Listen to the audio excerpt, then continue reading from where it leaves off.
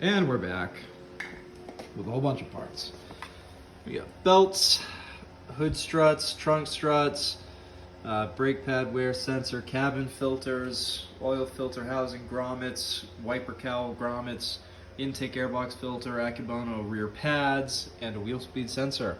So pretty much get this car back up to snuff. I don't like outrides on the Empires, so the Empires are coming off. Gonna sell those. Gonna rotate the tires, put the stock ones back on, and I guess probably just get some door trim. I think I'm gonna end up selling this thing because I have a E60 M5 I need to get here from across the country. So could make some room for that. So that's it. New and old filters. Yeah, that thing's pretty gross. So actually, just go ahead and dump that. And then I actually took these out and blew these out at one point, but they're pretty shot too, so that'll be good. Making progress. One on the passenger side was even worse. Gross. Man, new parts look so good. Ugh. As you can see, the mounts were just sheared off. Fortunately, these are super easy. They just unscrew. Good stuff. So I just changed that hood strut. That's a new one. Different style. I hadn't done these before. I'm used to the E34, E32 ones with like a rectangular end with a square clip on them. But if you need to know, these just have a clip on the very back there. You just pry it off with a screwdriver. They come right out. Super old belts. That AC belt down there is pretty bad too. Good thing we got new ones. Just to get up here.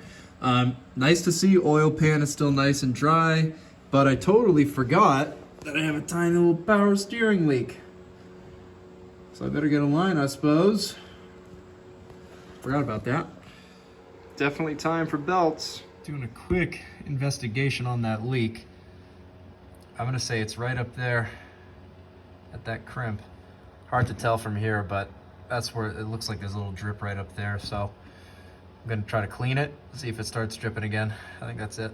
It looks like it's just running all the way down the line and just ending up down there. It'll be a nice easy one to change though. It's this one on the left. Well, just spent the better part of 2 hours getting these wheels as nice as possible. They look pretty good. And now that we've got everything off, I'm gonna go ahead and do a brake flush because that is pretty gross. All right, wheels back on. As you can see, the level's down, so I went ahead and bled the these two and this side. Let's see. So we're just doing some brakes, and we'll do some sensors. There's the old pads and the new ones. So I would say it was time for sure. This will be great. This car will drive great. So here's our old wheel speed sensor. Thing's pretty beat.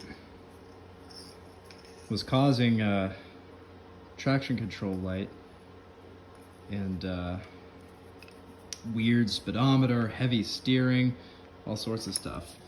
So we got our new one in here. We're gonna route it. We'll be good to go. Nice. All right.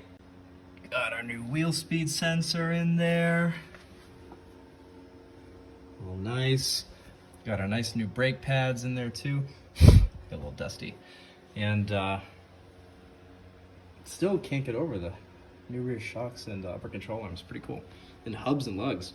Gonna go do the brakes on the other side and the pad wear sensor because it throws a brake linings code, so that should be good.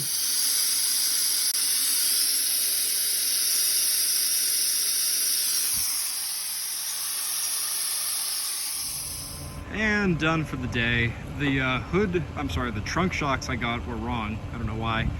So I gotta get the right ones. They were like the E34, E32 style. Yeah, they should have been like the ones on the hood. But yeah, it looks good. Maybe do a little detail on it. I'll order those door bottom trims and get this thing for sale. Love the car, but need to make room.